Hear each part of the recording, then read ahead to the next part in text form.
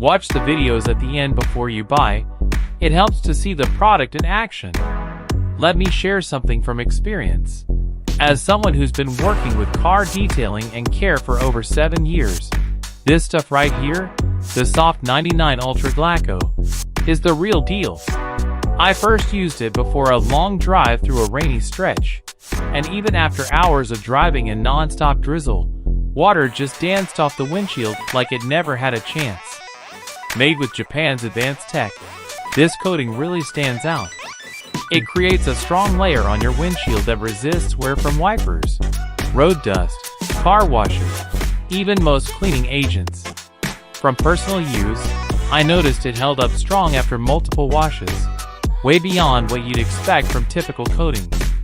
It's advertised to last 6 times longer than regular coatings, and honestly, I believe it. Mine stayed effective close to a full year. What I do step by step. First, rinse off all dust and dirt from your windshield.